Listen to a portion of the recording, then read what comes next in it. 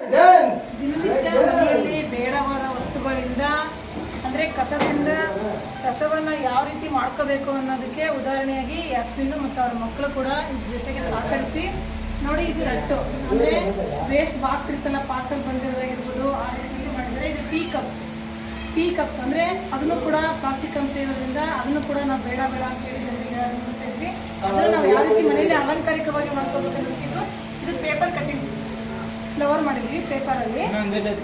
ಇದು ಕೂಡ ಅಷ್ಟೇ ವಾಲ್ ಕ್ಲಾಕ್ ತರ ಅಂದ್ರೆ ಗೋಡೆ ಆ ಕಡೆ ಈ ಕಡೆ ಭಾಗದಲ್ಲಿ ಕ್ಲಾಕ್ ಟೈಪ್ ಅಂತ ಮಾಡಿರೋದು.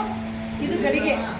ನಾವು ಯಾವುದೇ ಒಂದು ಪೂಜಾ ಕಾರ್ಯಕ್ರಮದಲ್ಲಿ ಮಣ್ಣಿನ ಮಡಿಕೆಯಲ್ಲಿ ಪ್ರಸಾದವನ್ನು ಮಾಡ್ತೀವಿ. ಮಾಡಿದ ನಂತರ ಏನ್ ಮಾಡ್ತೀವಿ, ಮನೆ ಮೇಲೆ ದಬಾಕೊಳ್ಳೋದು ಆ ಥರ ಮಾಡ್ತಾ ಇದ್ದೀವಿ. ಹಂಗಾಗಿ ನಾವು ಅದನ್ನ ಏನ್ ಮಾಡಿದ್ವಿ, ಬಿಸಾಡಬಾರ್ದು ಅನ್ನೋ ಉದ್ದೇಶಕ್ಕೆ ಪೇಂಟ್ ಮಾಡಿ ಬಣ್ಣವನ್ನು ಬರೆದು ಅದರ ಮೇಲೆಲ್ಲ ಎಲ್ಲ ಇದನ್ನ ಪೇಪರ್ ಕಲರ್ ಬಣ್ಣದ ಹಾಳೆಯಿಂದ ಕತ್ತರಿ ಮಾಡಿ ಗುಲಾಬಿ ಮಾಡಿದ್ವಿ. ಇದು ಫ್ಲವರ್ಸ್ಗಳು, ಇದು ದಾರ. ಈ ತರ ಮನೆಯಲ್ಲಿ ಶೋ ಹಾಕಲಿಕ್ಕೆ ದಾರ ಒಂಥರ ಕಟ್ಟಿ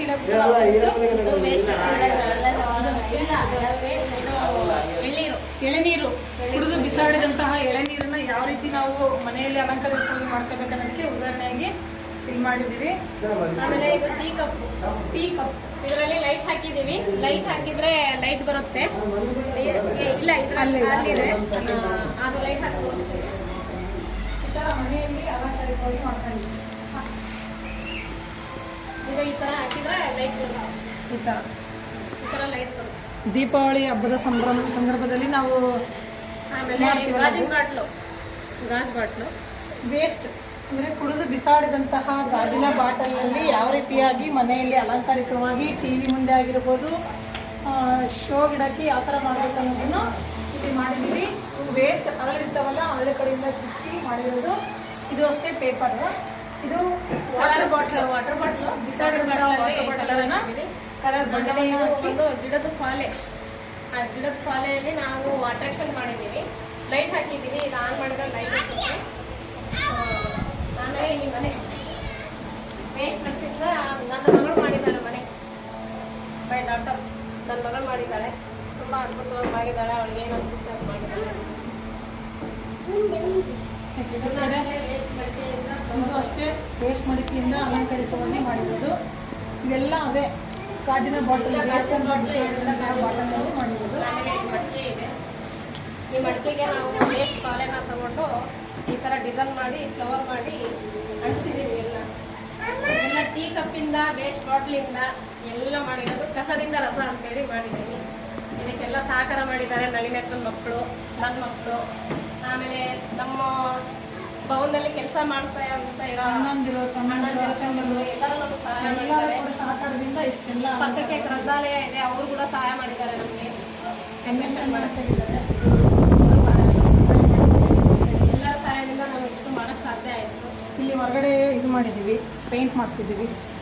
ಅಂದರೆ ಪರಿಸರದ ಬಗ್ಗೆ ಜಾಗೃತಿಯನ್ನು ಯಾವ ರೀತಿ ನಾವು ಮಾಡ್ಬೋದು ಜನರಿಗೆ ಕೂಡ ಇಲ್ಲಿ ಮಾಡಿದ್ದೀವಿ. ಈ ಥರ ಮಾಡ್ತಿದ್ದೀವಿ.